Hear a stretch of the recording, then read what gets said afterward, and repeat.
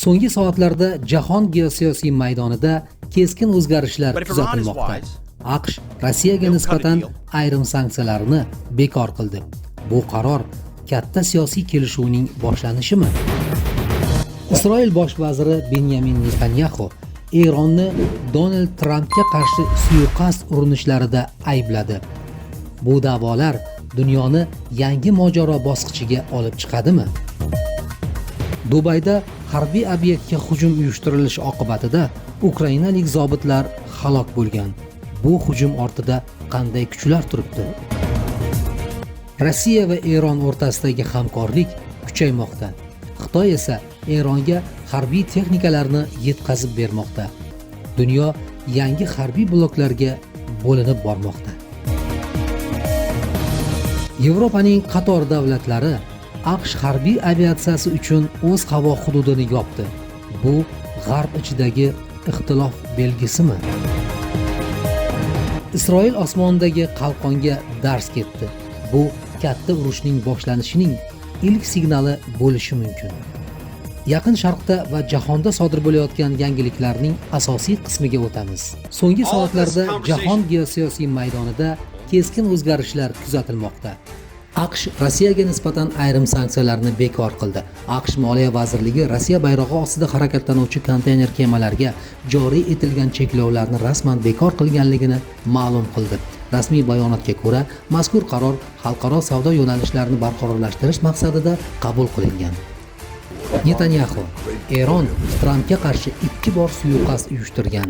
Isroil bosh vaziri Benyamin Netanyahu Eron Donald Trampga qarshi 2 bor suiqasd uyushtirganligini iddao qilmoqda. Shuningdek, u Eronni Afg'onistondagi AQSh obyektlari va minglab qurbonlar bilan bog'liq bo'lgan hujumlarda ayblamoqda.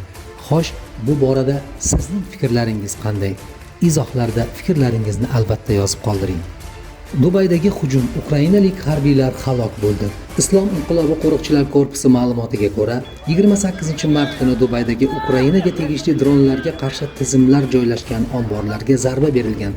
Jumladan hujumlar natijasida 21 nafar ukrainalik, jumladan harbiy mutaxassislar ham halok bo'lgan.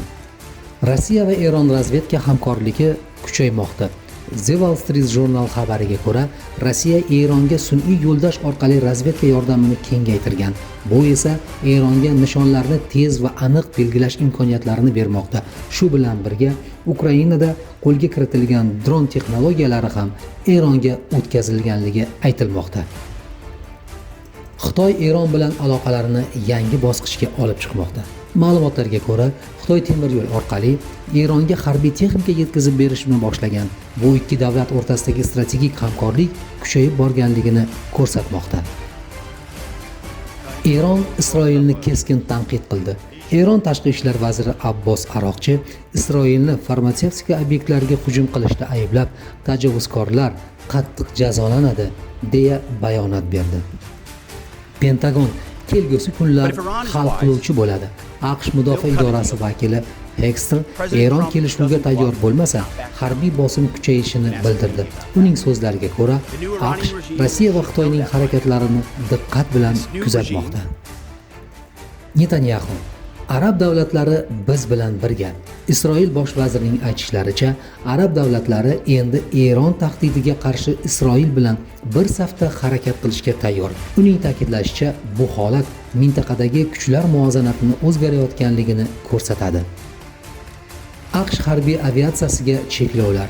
Eron bilan ziddiyat fonida Shveysariya, Ispaniya, Italiya va Fransiya AQSh harbiy samolyotlariga o'z havo hududidan foydalanishga ruxsat bermadi. Ana xolos. Bunisiga nima deysiz? Fransiya Epic olov operatsiyasida ishtirok etmadi. Fransiya AQShning mazkur operatsiyasida havo maydonlarini yopdi. Donald Trump bu qarorni tanqid qilib, AQSh hech qachon buni yodidan chiqarmaydi deya bayonot berdi. Tel Aviv osmonidagi raketalar to'qnashuvi. Kecha tunda Tel Aviv osmonida Eron ballistik raketalarini to'xtatishga urinishlar aks etgan videolar tarqaldi. Isroil havo mudofaa tizimi raketaga zarba bergan, ammo uni to'liq to'xtatib qolishni imkoniyati bo'lmagan. Shu boisdan Tel Aviv shahridagi bir nechta strategik obyektlarga jiddiy talofat yetgan.